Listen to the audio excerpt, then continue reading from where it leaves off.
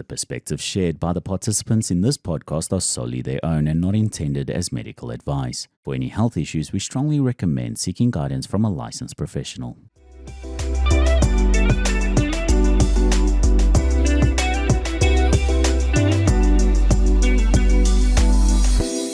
Hi everyone, welcome back to Rare Realities with Marimomi Momokhosi, where we dive into the emotional journeys of individuals living with rare conditions, where we tell one story at a time. Imagine going to the doctor and coming back with a diagnosis. It can either be cured or you have to live with it for the rest of your life. Of course, I'm not alone. I am with the gorgeous Shaz, the beautician. Welcome, Shaz. Thank you. Welcome. Yes, ma'am. As everyone knows, here Yes, yeah. we don't introduce guests. They must introduce themselves. So, Shaz, Yes, ma'am. tell everybody who you are, Yeah. a little bit about yourself. Mm-hmm. There's so much. Like, where do I start, right? It's so Start hard. anyway. Okay, let me just tell you what you need to know. Okay. So my name is Shaz the beautician. Okay. Mhm. Don't forget that. My surname is Gumede, but just remember Shaz the beautician. I am a 32-year-old girly from KZN, and I am a Jill of all the trades at the moment. But for the purpose of this video, or rather this episode, I am a Stephen Johnson's and toxic epidermal nucleosis survivor. Clock it. Survivor. So, Shaz, for someone who doesn't know, like myself, what is Stephen Johnson and how did it start? So Stephen Johnson's is an autoimmune disease. And autoimmune diseases are just diseases that are on basically they're diseases where your body attacks itself. Autoimmune diseases, they attack themselves in different ways. But how Stephen Johnson's and toxic epidermal nucleosis manifests is that the layers of skin, they have different fancy names, separate. And how they do this is, I'll just explain what it looks like, not the scientific versions of it, because I don't remember it. It's just the layer, the tissue layer and the layer on top separates through like basically a chemical burn. Your body will burn itself from the inside out. So any layers of skin that have the epidermis and the other one, there's names for it. So that's like in the throat, it's in the respiratory system, it's in the mouth, it's in the gut. Those are the layers that can be affected. And Stephen Johnson's in my case, was caused by medication, but it can be caused by a variety of other things, such as infections, skin infections, pneumonia. I had mine was triggered by medication, but I had pneumonia as well. I had all the symptoms. I had everything. Like I had the worst. I had the as bad as it gets situation. So I'm very blessed to be here. Okay, for someone who was also diagnosed with an autoimmune condition, were you born with it or it's something that developed later on stage? So Stephen Johnson's is something that you are born with, but Okay. there's no way of you knowing until you have a reaction. There's no way of knowing if somebody's going to react to a certain medication because it's not until it's an ingredient in the medication that causes Just the needs reaction. a trigger. Yes. Oh, okay. So it's like an allergic reaction, but that triggers the autoimmune disease. It triggers the flare up, which is your body burning itself from the inside out. Stephen Johnson's is a less severe version of it, where it only affects about 10%, and then toxic epidermal nucleosis 10 is like the worst version of it. So think HIV and AIDS sort of situation. And that's when it affects over 30% of your body. The space in between is just basically the overlap. It's called the overlap between Stephen Johnson's and toxic epidermal nucleosis. Sure. A condition that goes into hiding and then later when it's triggered by something and then it goes out. Yes, But ma'am. this time around, it's like 10 times worse. Yes, ma'am. Here says, so now take us back on the day yours triggered. Because I'm sure you said yours was triggered by medication. Yes, ma'am. How long were you taking this medication? So just a background story on the medication situation. Okay. I went to therapy because I was not feeling well. I just turned 30 and I was really struggling with my mental health. And I went to a therapist and they said, to figure out what's going on with me, let's take you to a mental health clinic so we can monitor you and figure out your diagnosis over a couple of 21 days is like the time for most mental health clinics. I would still highly recommend that people who are struggling with mental health do seek help, because it wasn't the first time I did it, and it brought me to where I am emotionally. Even with this healing process, a lot of the therapy that I got really helped me heal during this journey emotionally as well.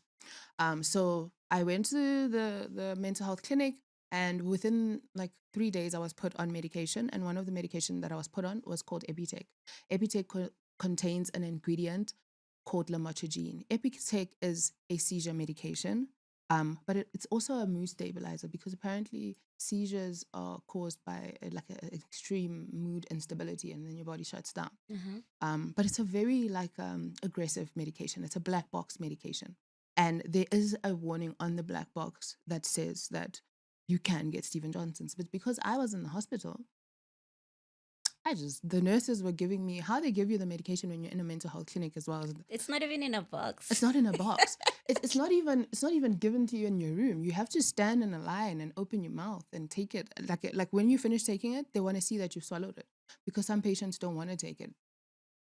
It really takes the edge off, like, some people really like rocking out. Yeah. Some people are not there by choice as well. So yeah, some because people don't you'd take it. find that in most hospitals, they do explain to you before they give it to you Yes. what it does and probably the side effects Yeah. as well. So it must have been scary for you.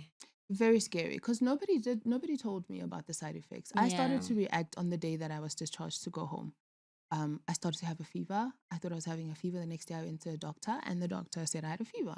I didn't disclose to the doctor that I was on new medication, because, I feel like we're also a bit negligent when it comes to medication. We don't check the contraindications. Even when we have the box, how many people actually open the box and have a look, Yeah. So even when I left the hospital, I went and got More. because now I was diagnosed with a type 2 bipolar, which is a chronic mental illness, meaning that the medication I was put on, I was supposed to be on for the rest of my life. Like they really emphasize, like, you must keep taking this medication. So I went to get more, but I still didn't read the box. I kept taking my medication. And so I went to a doctor, and I didn't disclose, because I didn't know that I didn't do my research, Yeah. I mean, you didn't know. I didn't know. I had no idea. I had no idea that was even possible. It's such a rare condition as well, rare disease, Of course. That's why you're here. Yes, ma'am. That's why you're here. It's an absolutely rare disease. So now your body is reacting. It's burning up. It's burning up, and it's not like regular burn. I'm thinking, is it COVID? What is this? So could you see it burning, or Not it's... yet. Not yet. The first 2 days were just a fever. Just heat, just like extreme heat. Like, you know when you have a fever, sometimes you feel your body and you're like, I'm burning up. Mine was like, whoa. Like, you're burning inside. Like, I'm burning. I remember I was with a friend the day before, and they were like, oh my gosh, you are burning. You are so hot. And I'm like, yeah. And they're like, no, Well, like, you're hot. Like, your body with a beautician, well. Yes, ma'am. I was like, yes, sir. He's like, no, like, yeah, you're burning up for real, dude. Like, it's concerning. So that's when I went to the doctor again now. Oh, no, that was the first time. That's when I realized, okay, I had felt myself burn up, but I didn't think other people could notice it. So when my friend was like, dude, you're like really burning up. The second day, I really acted fast. I think on my side, in terms of as soon as I saw the symptoms, I acted fast. But Stephen Johnson's acts hella fast. As soon as it started, think of it as like a fire inside your body, right? It starts small, then it just gets bigger. And now understand, because I don't know that this is a possibility, I go to a doctor, I don't tell him I'm on the medication, I'm still taking the pills. So I'm still drinking the petrol to just make the fire worse inside my system. That pill was literally a catalyst. Yes, ma'am. Second day, so I go to sleep the first day. I wake up with like hives. I'm like, Hebo. I woke up in the middle of the night, like really like itchy, but like burning itchy. As soon as I would scratch it, would like, when, No, like you've had chicken pox. Yes, no, not chicken pox, but in December I had like a viral infection where I got like it looked like shingles. So as soon as those small pimples they blessed out, and then it becomes like a. So I can just imagine now that. Weren't you scared when you got Girl, I was scared. One, I thought I was going to lose my leg. Oh no, Vivo. So now, Was it just on the leg? Yeah, it was just on one leg. Oh no. Funny enough.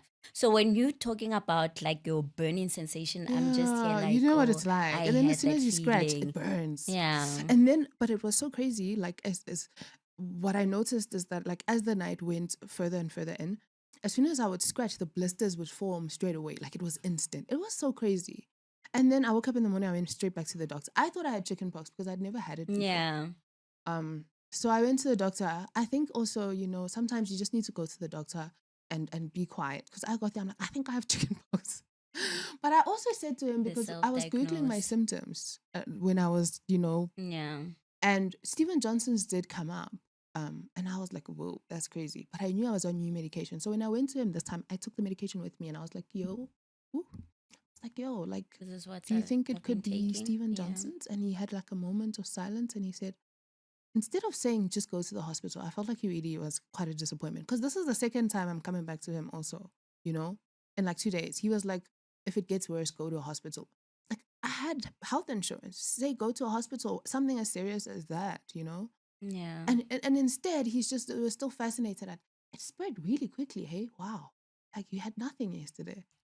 Like that, those were the signs. But it is rare. Yeah, I It guess is it's rare, something and that's new. He's never seen before. He's most never health treated. practitioners have never seen Yeah. it. I go to hospitals sometimes and I talk to nurses and I'm like, I'm Stephen Johnson's, and they're like, oh, they'll say some other random stuff, and I'm like, Are there okay. specialists though that deals with Stephen Johnson here in South Africa? Not necessarily Stephen Johnson's, but like the sort of consequences or the complications of Stephen Johnson's. Okay. Like, because it's not really a condition that is, you can't really, it's just a crazy infection. They don't even know what actually really causes it. Like, they don't know. They just know that it's an immunity thing and there needs to be some sort of weakness, but they don't know what is like the reason why. So it's not like something where like diabetes, where you can say like sugar levels are gone down, we can raise them, sort of thing. So it's more, it's more like the doctor that helps me with my eyes, he's like he's a surgeon. So he sort of fixes, because remember, it's a fire. So think if a table burned, you would need to restore that table. So it's more, surgeons are more my people. Surgeons and like reconstruction. Like I see the dentist more a lot. The surgeons. Okay. Because I need a lot of reconstructive. And I do, like for my eyes, we are taking a break at the moment. We've done so many procedures. We're taking a break with my ophthalmologist and surgeon dude. My skin, there's a surgeon guy who works on it, because there's like pieces that got stuck together and things like that. My teeth need like fixing. So, Yeah. Yeah. So now with this condition, you see it happening in real time. Yeah.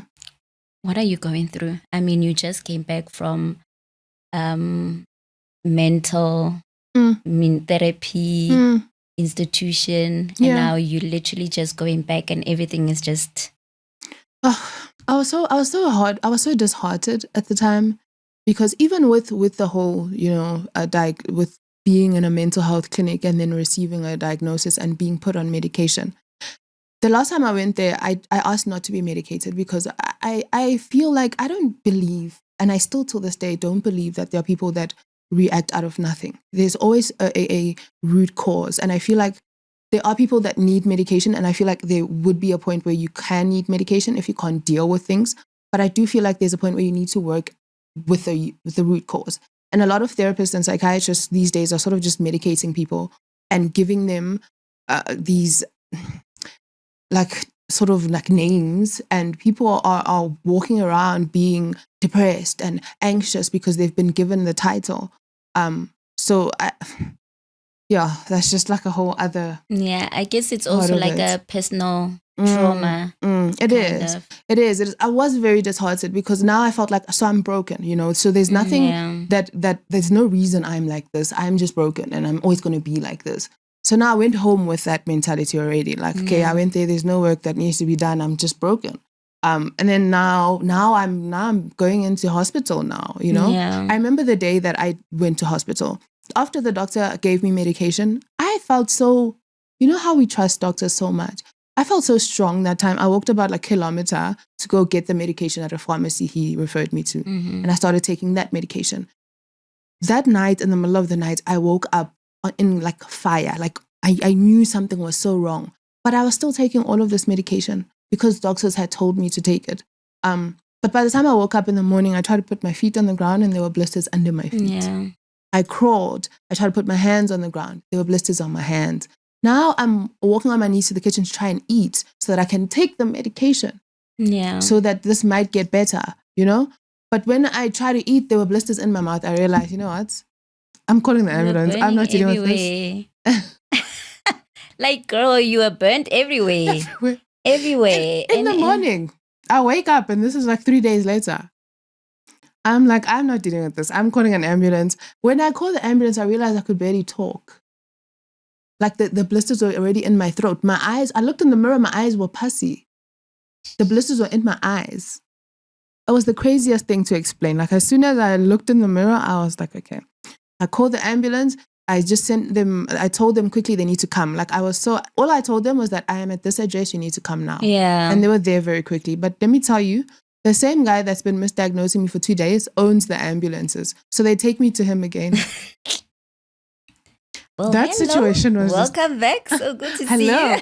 He looked so embarrassed when I came back because he knew at that point it was Stephen Johnson's. Yeah. I go to the hospital. Now I'm carrying the medication. I'm going everywhere and I'm like, I have Stephen Johnson's. I have diagnosed myself now. I know it's happening. So now because it's so rare and because it's caused by medication, I'm in a hospital and everybody's scared to treat me. Hey. So everybody's just treating me with the same painkiller that this guy's been giving me for the past 3 days because that's the only thing they know I'm not getting. It's not like making it worse. Yeah.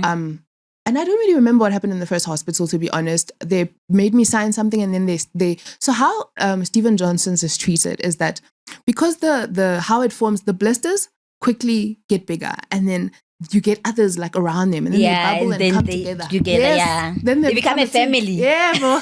And then it just grows into one big thing and then that blister opens up and I went out. Did you not have Stephen Johnson's?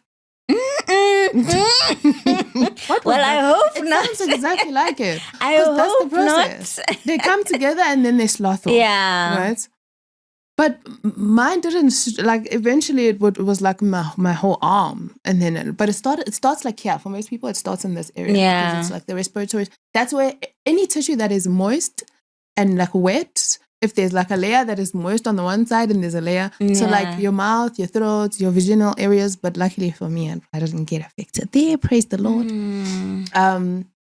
So yeah, I apparently signed up. I signed a form that consented to them taking me for like a procedure. And what they do is because that skin is dead and most of the skin is open, they don't want it to get like a worse infection. So they take that skin off. They debride that skin. Mm-hmm. You're treated like a burn patient. And the worst that you get, I got so bad. So the first 5 days, my mom realized that this hospital I was going to die in because they removed the skin and then they wrapped me up in something like a plastic bag. I was in like a yellow plastic bag. Like if you go on my profile, you'll see there's a picture of me wrapped up in like a yellow plastic bag because they removed my skin and then just wrapped me up in like bandages and like a yellow looking thing.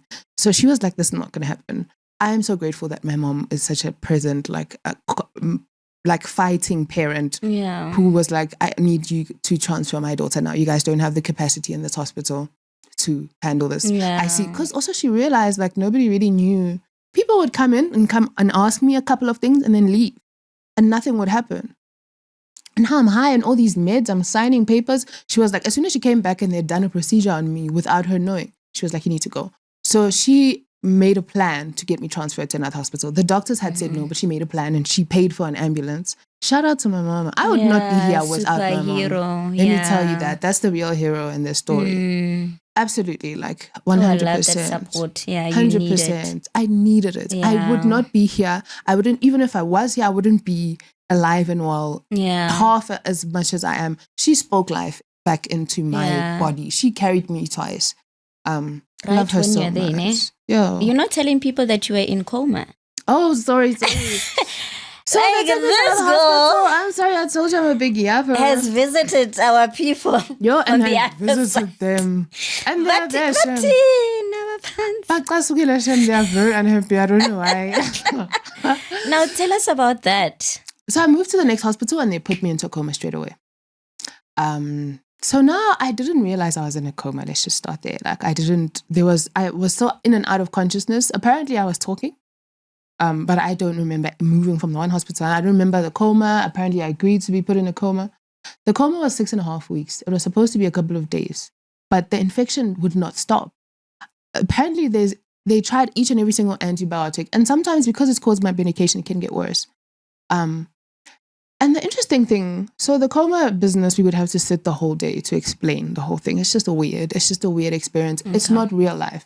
It's not something I can explain to you and say it's like this, because it's not. You like don't real even life. know what happened. You don't. But I remember all of it. That's the thing. And it's all so different, like those segments. Yeah. But what I understood and what I found really cool about, just being in like this subconscious world for that long was that your brain finds ways. For me, this was what I took from that experience. Okay. The one thing, there were a lot of experiences that I thought I had perceived a certain way because of, how the emotional attachment I had to it, that I had dreams that showed me like the reality of things. And I feel like that changed me like as a human being. Okay. A lot of things, I can't go into it, but a lot of things that I was struggling with as well that brought me to a mental health clinic were a lot of things that were brought to light while I was in that coma, just through dreams that were reenacted by different people. But it makes sense to me as soon as I was awake and processed it. Because I remember the dreams. They were very vivid. They're called coma mares, the coma nightmares. They're very vivid and very like aggressive. Okay. It's pain being a great teacher in your dreams. And the pain that your body's physically going through, you will feel it through dreams. So, for example, like I had this one experience where I had these like girls who were girls that bullied me in primary school, and they were like burning me in my bum with like these like a straightness. It was such a weird like dream. So like that was because they were using a lot of the skin like here to do an autobiopsy. That's how you check that's how you check what is causing Stephen Johnson's. Okay. Because remember, I was on a bunch of medication and they didn't know which one it was. And it's very important that they know which one it was so they know how to take it out. So they're different types? They're different types. Oh, okay. So because mine was caused by lamotrigine, that's what needed to be, I don't know, like they needed to take it out my body. Eliminate somehow. it in a way. Yes. Oh, okay. Makes sense. So they take pieces of skin. Like, so in the dream, I was feeling like the burn, and the burn was. So as they're doing something on your body, it's like someone is doing something in you in your dreams. Yes, ma'am. Even my ear, like there was a grandpa who cut my ear, and apparently they used a piece of my ear for the biopsies as well. Yeah, but I'm sure that sleep slap. Guys, I would do anything to sleep. I'm sure you don't. Sleep. You lose everything. I also thought, Yeah. You lose everything. You come back completely like. That's why a lot of people don't. They're usually like brain dead because it's so much work. Like I came back completely confused. Like I came back thinking the things I was dreaming because it was so long as well, and my brain was like a bit messed. I was delusional. I was forgetting things for a while. Like I woke up delirious. And how I woke up as well is that because I was burning on the inside, my eyes sort of stuck, like it burnt and stuck to the eyeball. The eyelid stuck to the eyeball. So now they started to wake me up because my skin. So now what the treatment was, they removed the slothing skin, but because it wouldn't stop, they just had to keep removing. Then they had me wrapped up in this like bandages in my face. I was wrapped up like a mummy. My mom was sitting next to me every day watching her daughter, 200 kgs of just water weight and wrapped up like a mummy. And like, it's hard to explain, but like, it's a very different reality to wake up to. Yeah. It's a very different reality. And it's very difficult to understand. It's okay, that's what happened. And now you're this is what's going on now. It's been 6.5 weeks. I thought it was a weekend at the most. Like when they told me what happened, I did begin to remember again. Oh, I remember I was a bit sick.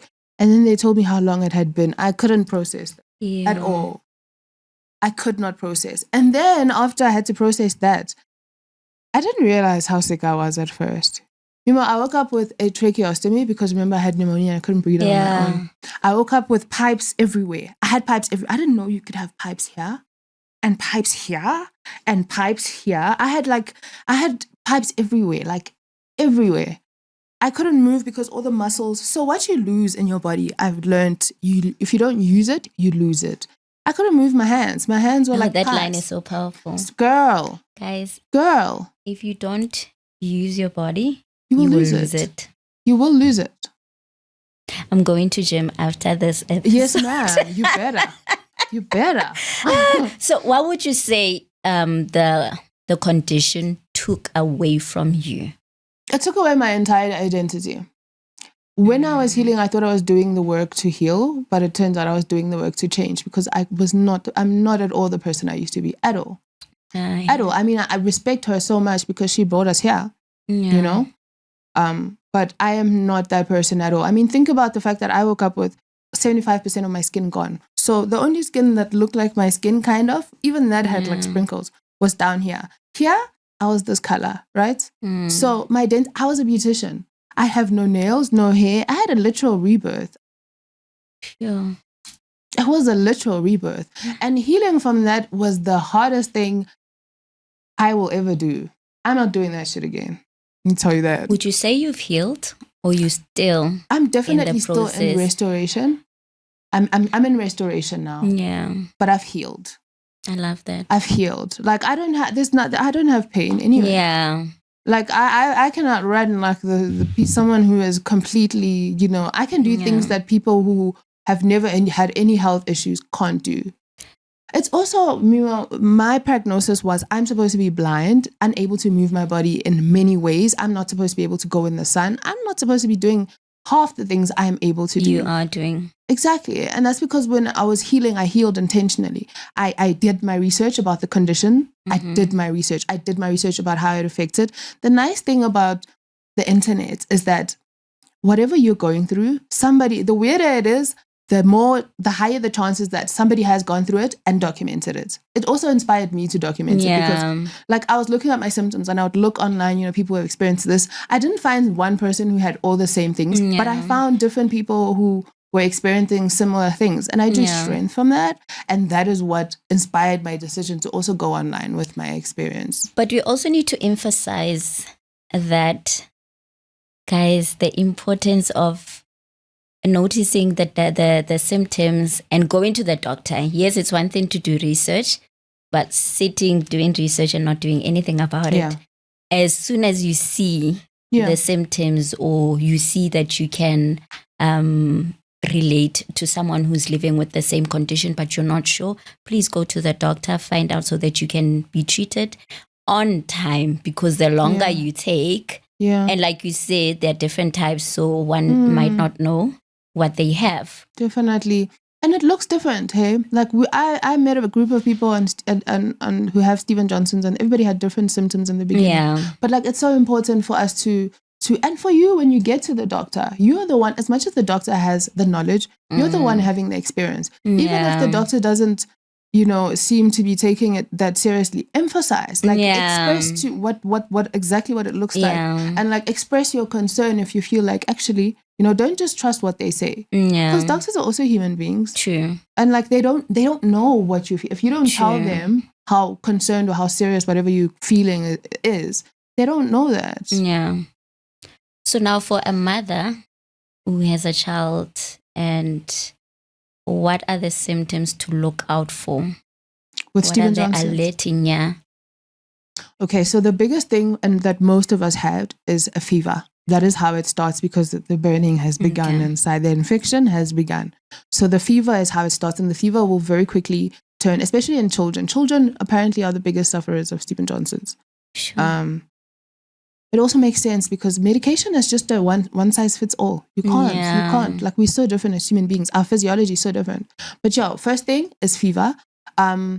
For me, the second thing was a sore throat. So just like any of these symptoms, if the child is somehow getting them together and they're you know, just go check it out. If your child is sick, especially, just go check it out, really. Because there's so many things nowadays. You don't want to be like sorry, you know. And it's such a brutal thing to have to experience. So a sore throat, the eyes will be itchy or pussy. The itching that turns into burning. The blisters are purple.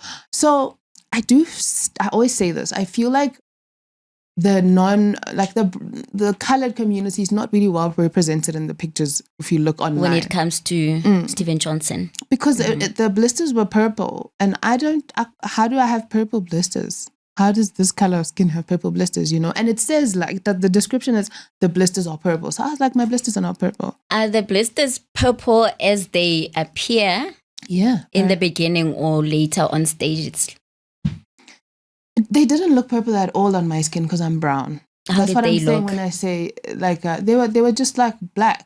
They were just like blisters. They're not purple on darker skin. Yeah. I'm just saying like the description was more fit for. That's what made me like disregard it a bit. Yeah. So I was like, I don't have purple blisters. These are brown. These are my blisters.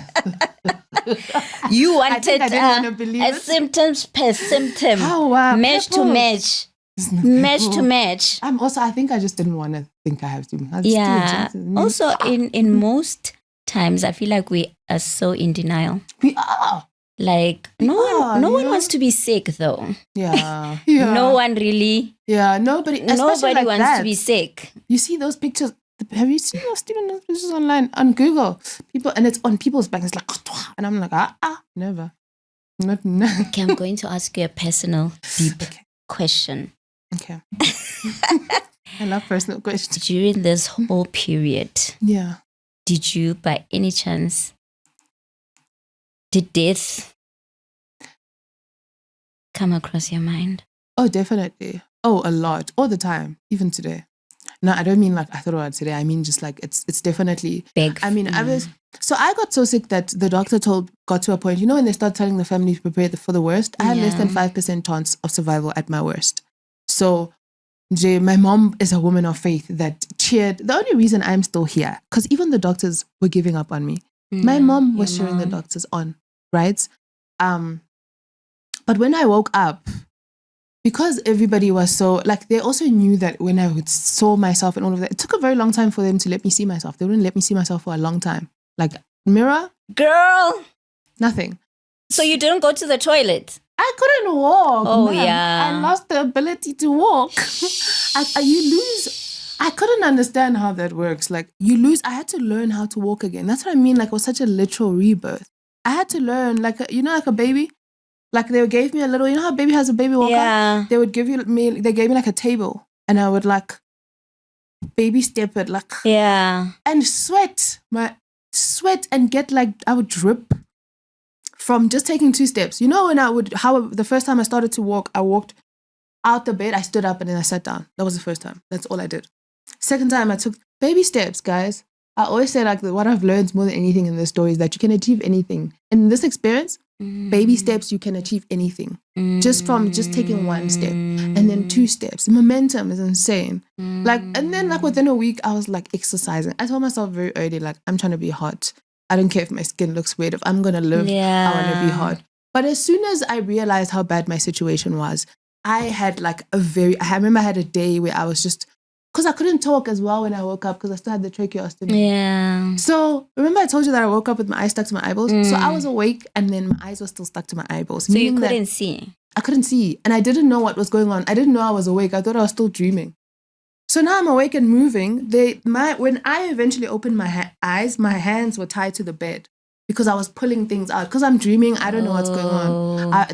Apparently I pulled the NGT pipe out. Apparently I pulled the pipe here. Because remember I had pipes everywhere. Yeah. They were scared I was going to pull my breathing pipe out and not be able to breathe. Yeah, hectic. So I had a day where I couldn't talk. So most of the time, before I went in, I didn't believe in God. But as soon as I woke up, I knew that God was involved. So that was the only person I was talking to. It was instant.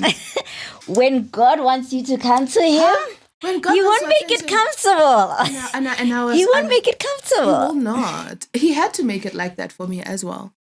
He had to make it that uncomfortable because I was not having it. Yeah. So now I'm talking to God and I'm like, yo, I see you, but damn, you don't have to do it like this much. And I'm like, and then everybody was like telling me how much of a miracle it was that I was alive and stuff. And I remember the one day and I was like, do I really want to live like this? I feel like living is a choice.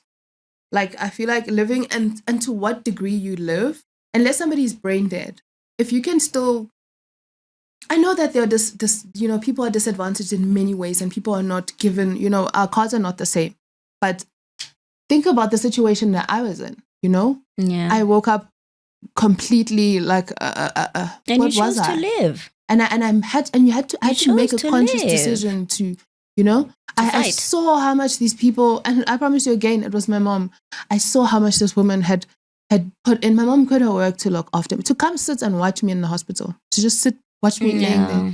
And I saw how hard the doctors worked, and I saw how excited that they were that I was alive. Like they were telling me, they had nurses coming and saying, "Hi, I looked after you in your first week. You were so sick. I'm so happy you're here." I had surgeons that were working on me. I had surgeons give up on working on me and then come back to see that I was alive. I was such a mess, but they came in and they said, "Oh my goodness, like we don't believe in God, but we can see that you are a miracle." Yeah. Like, and it looks so bad. I mean, think about somebody with no skin. Like that's just... I already looked disastrous even like when I had a bit of a barrier. But can you imagine what I look like without 75% of my skin? So it was a very... Yeah, I can imagine. But you're such a strong woman. I mean, to be taking all of this, and we applaud your mom for being there for you, for supporting you and giving you life. So everything was happening. You might have lost yourself. Tell us what you're doing now. So I had to recreate myself. I realized that, life as I knew it, there was no going back to that. I think that's when I started to heal. When I started to detach, because attachment is the source of all suffering, right? So when I started to detach to the person that I used to be, as hard as it was, to not be the person that I was, the easier it became. Then I started being open to, who can I become in this season? I've already been this person. Who can I become? Like the symbolism is all there, that I've been given a chance to have a very new experience. And I have everything that I need to become a new person. So initially started as, I lost my hair, like a lot of it. I don't really have a hairline. So I started to wear wigs again. I used to be a beautician, so I used to sell wigs on the side. But that's how now I started to really sell wigs, because I was like, that's something I've been really passionate about. And also because the wig started to make me feel like myself again. Like I started to... Because I do believe that as a beautician, my whole thing is, even the theme in my beauty business was illuminate your inner beauty, that I'll come back to now. So I really do believe that beauty is an expression. It's something that you feel and you bring it to light from within. Correct. And the wigs were a tool for me. They were an outlet for me to, create looks that made me feel like myself again, that made me feel like, expression makes you, the essence of who you are is expression. You are expression, right? And I feel like the wigs were such an amazing tool for me, and that just sort of inspired for me to start an online wig shop with Fine Babe Attachments. So that's the first one. And then like my baby Vita Frequently, which is my wellness solutions company inspired by my healing journey. If you are familiar with any of my content, I am always exercising. Like, it's what I do. Exercise has saved me in so many ways. And it was like a big theme before I got Stephen Johnson syndrome, but it was more of an aesthetic and mental health thing before it. Until I got ill and it became my lifeline. Like, I had to research. I've been to biokinesis. I've seen the doctors. I've had to talk to who's the skin doctor? What's it called again? Dermatologist, about exercising, because there were certain parts of my skin that had sort of stuck together, and they were recommending that I don't do it. But I found ways around it. I did so much research around how one can achieve wellness and balance. What to avoid. Yes, what to, and just how the minimal, because I couldn't do much. I could barely walk. I could barely, So I had to find like the most minimalistic ways to achieve wellness. I realized my nervous system was a wreck because I had just experienced a big trauma. So I used like 3 pillars for my healing journey, right? I used nutrition pathways. So I found ways to eat. Food is healing, right? As much as food can also be very problematic, so is everything. It can also be very healing. So for the conditions and for the restoration that I needed to do, I did the research just in terms of what I needed to eat. And also I couldn't eat because remember I had scars inside here. So I had to figure out how I could make food that would taste good, that I could blend, but would still give me all the nutrients, right? Oh, nice. Fitness, I found how I could move my body effectively, but without hurting myself or doing too much. Nervous system regulation, I had to find mindful practices. I couldn't see at the time. I couldn't write. I couldn't go outside. There were a lot of things that I had to do as much research as I can. And during that time, I realized that, even recovery and healing is just a process of improvement. It's going from one state to another. And I realized how specific the details of that look like for me, and probably what it looks like for each individual. I realized the biggest mistake I was making before was just following, wellness programs and routines by people whose wellness and physiologies and needs and DNA and everything was so different to mine. And that's why half the time didn't work. That's why it was so difficult for me to do them as well. So I create programs for people, wellness programs, either for all three pathways or for whatever you need help with, whether it's fitness, nutrition, nervous system regulation, where I create a program that is specific for you. So for your physiological needs, for your mental health needs, for your race, for your culture, for what your preferences are, I create sustainable wellness programs. So that's like my baby, that's my passion project. That's how I want to bring, this is my offering back to the world. This is, I didn't suffer in vain. This is my I didn't suffer in vain thing. So that's that one over there. And remember, I used to be a beautician, but because I lost the definition, my vision, I can't do the treatments anymore. But those who can't do, teach. So now I teach. I offer nail courses. At the moment, I have nail courses, and that's at the Pink Moon Beauty Bar. I offer nail courses for people wanting to either be beauticians or just wanting to do their own nails at home. So well, yes, ma'am. So that's how I'm trying to rebuild my life. But because all of these are still relatively new, and my mom's unemployed from quitting her job to look after me. My brother also was diagnosed with cancer last year, so that's my support system. We don't have any income at the moment at the end of the month, and we have to pay medical aid. We are full-time doctor people. So it's been a really big struggle. So even with these, initiatives and offerings that I have, I'm not making enough money to sustain my life. So anybody wanting to support my journey as well could support through my Back a Buddy, which is, a campaign, my crowdfunding campaign. This helps a lot, especially with the medical aid fees that we have outstanding, that we have at the end of each month, that we have almost on a daily basis. So that is me. Okay. That is where I'm at. That is what I need. That is what I'm offering. Yeah. We are coming to an end, but before we end everything, I need you to tell people where they can find you. Yes. And so that they can also do the co-funding and whatnot, help where they can. And I hope that it reaches also the right people who are willing to assist or maybe second opinion, anything that can help. But you are more than welcome to have your DMs open, your mails open. So my DMs are very open, even for someone who thinks that I'm fit for some work. The biggest thing is I just want to sustain my life. I want to live life. I have so much that I want to do now. I've been given a second chance at life. I am the fastest learner in the world. Don't worry. Don't let my vision fool you. Okay. Yeah. I'm the fastest learner in the world right now. I learn things faster than ever.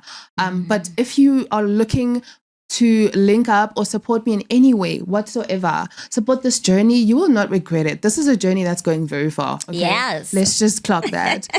My handle on Instagram, TikTok, Facebook, YouTube is Shaz_the_beautician. Everywhere. Shaz_the_beautician everywhere. My email, the Back a Buddy, everything is on my bio there. So get in touch, DM me, whatever. I'm your girl. Thank you so much, Shaz, for coming through. Guys, we've reached the end just like that. Thank you so much for tuning in, and do continue to tune in because there's more of the rare stories out there with real people.